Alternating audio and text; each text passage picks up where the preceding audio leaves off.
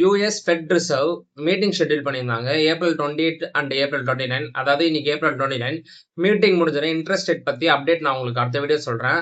And நெறைய பேர் என்ன சொல்லியிருக்காங்கன்னா, இன்ட்ரெஸ்ட் ரேட் ரொம்ப சேஞ்ச் ஆகுது. இட்ஸ் ரிமைன் ஃபிக்ஸட் தான் சொல்லியிருக்காங்க. நம்ம அத அடுத்த வீடியோல பார்ப்போம்.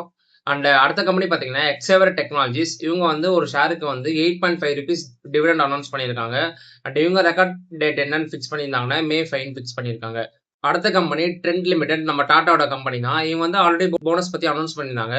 இன்னைக்கு அந்த அப்டேட் என்னன்னா, போனஸ் ஆல்ரெடி அனௌன்ஸ் பண்ணியிருந்தாங்க. 2 ஷேர் வச்சிருந்தா 1 ஷேர் தரேன்னு சொல்லியிருந்தாங்க போனஸா. ஆனா ரெக்கார்ட் டேட் ஃபிக்ஸ் பண்ணியிருக்காங்க. அது என்னன்னா மே 29 ரெக்கார்ட் டேட் ஃபிக்ஸ் பண்ணியிருக்காங்க.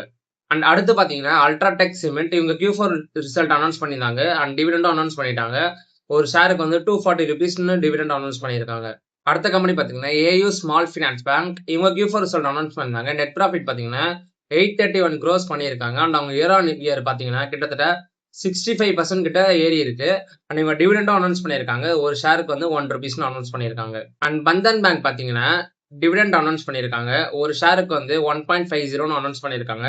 பட் ஆனா இவங்க இன்னும் ரெக்கார்ட் டேட் ஃபிக்ஸ் பண்ணல. அண்ட் சிஎட் பார்த்தீங்கன்னா சிஎட்டும் Q4 ரிசல்ட் அனௌன்ஸ் பண்ணியிருந்தாங்க. அவங்க கிட்டத்தட்ட ஒரு ஷேருக்கு வந்து ₹35 டிவிடெண்ட் அனௌன்ஸ் பண்ணியிருக்காங்க. இதுதான் ஹையஸ்ட் டிவிடெண்ட் சிஎட் கம்பெனியோட தராங்க. ஸோ இது வந்து நான் இந்த வீடியோல சொன்னது எல்லாமே இன்ஃபர்மேஷன் பர்பஸ்க்காக மட்டும் தான்.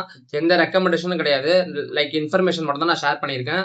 அப்படி நான் வந்து செபி ரெஜிஸ்டர்ட் பர்சன் கிடையாது. நீங்க இன்வெஸ்ட் பண்றதா ஆர் பை அண்ட் செல் பண்றதா இருந்தா உங்க ஃபினான்ஷியல் அட்வைசரை கன்சல்ட் பண்ணி இன்வெஸ்ட் பண்ணுங்க.